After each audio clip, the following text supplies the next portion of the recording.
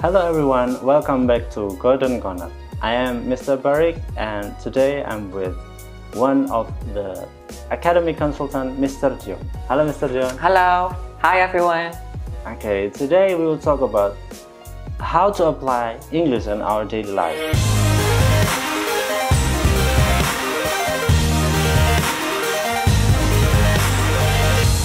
English is a language that is used almost in any aspect in our daily life, such as games, social media, and consumable products are using English. But why don't we use English in communication more often? It is because English is difficult to learn, or it is just the perception of our community toward the people who use English. And the first question is, since we were learning English as a foreign language, it is difficult for us to use English in everyday life. We usually use it when we learn it in school or in course. How can we seamlessly integrate English in our daily life? All right. Well, it's a really good question actually. I believe that it is not a really simple issue in this world. It is a global issue.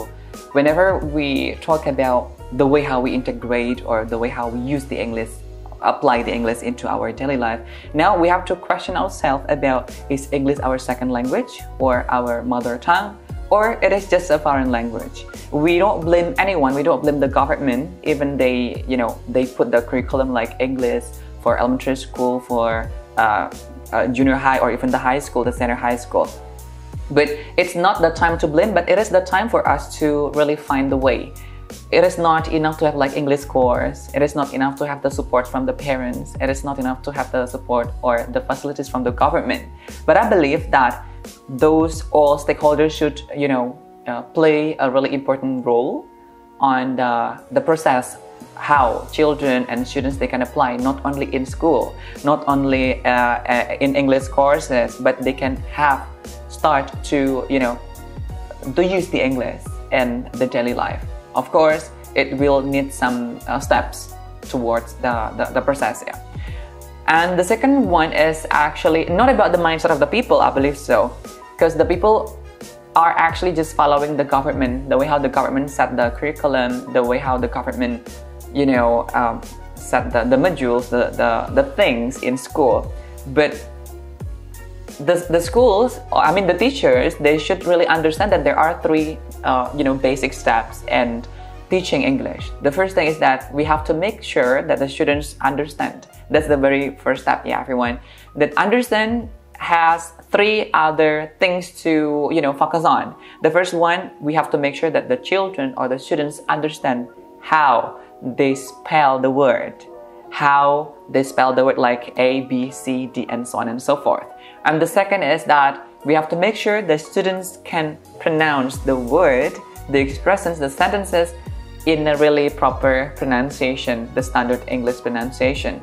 And the third, which is the most crucial one, is to understand the meaning. So understand the spelling, the pronunciation, and understand the meaning. Those three things have to be always the basic focus of the teachers, of the parents, and the government. Why? The government should set really nice module and syllabus and things to get to the understanding. That's the first thing. The second one is the memorizing step. Memorizing means after understanding the meaning, spelling, and pronunciation, students should memorize more words and more expressions and more phrases, especially the contextual ones, because they need to apply later on in their daily life or speaking. Okay, so after the students understand about the basic, the fundamentals of English, the pronunciation, the spell, and so on, they have to able to apply that into their daily communication, right? Okay, so it's really interesting, and because in some aspect our community always think that you just think that you are not English person, you are Indonesian. Why don't you use Indonesia like we are, and why don't you just Do you hate national language? National language, yeah, your mother tongue, or even local language, right? Yeah. The thing is just like the same thing as I mentioned previously, that English is not a second language, not even our mother tongue, right? And even Bahasa Indonesia is not our really mother tongue, right? It is the national language, but our mother tongue is local languages, right? Even language. Yeah, right? Are you using English in your daily life, or even Bahasa Indonesia? Not that often, actually. Okay. Japanese? Yes. Same thing. Well, we all use Japanese here in our daily, right? But that's what we have to set.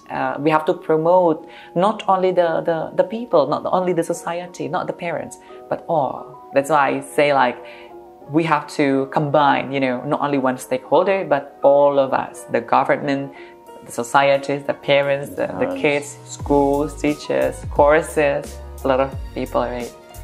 And one more thing, actually, Mr. Barik, which is really crucial after you understood things, and after you memorized words, expressions, and phrases. Don't forget to always use them.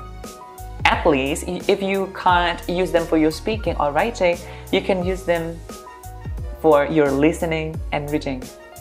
You know, those two skills are passive, I believe, but writing and speaking, sometimes we need partners, right? To give us the feedback. That is a problem that we face. Almost everyone faces in this era, because they have no friend to talk with, they have no partner to talk with. So sometimes it's just me, or no, I don't think so, but I always talk to myself back then when I want to speak, because I don't have friends. Yeah, that is actually what I want to say after all. Like, you know, practicing is not really enough when you're trying to find like partners or even teachers. Teachers have limited time in schools, right? Even tutors in your courses. But one thing, every single thing will be hard unless you start from yourself, right?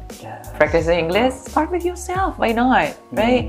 Can have a mirror, like practicing having a speech, for example, like acting to like, oh wow, I'm a speaker, for example, or like making this kind of like vlog or podcast, or even recording yourself into a really nice video you upload on YouTube. That is also another way, right? Well, thank you so much, Mr. Dion, for that explanation about how to really apply welcome. And that's very interesting. I really appreciate that. And for the last question, can you give me a quote about why you keep learning English for the closing today? Why until today I keep learning English? There is one principle in my life, like learning other subjects or lessons, that learning is a lifetime process. So I think, and I will always believe in this, nothing can stop me to learn, to keep learning, whether it's English or any other things, but God. That's it. That was amazing quote, actually. That's very amazing. Thank you so much. Thank Mr. you. Dion. Really welcome. Yeah, thank you very much, Mr. Barik. And I hope everyone will get inspired by this conversation between me and Mr. Dion. Okay, and thank you so much, and see you on the next occasion. Bye bye.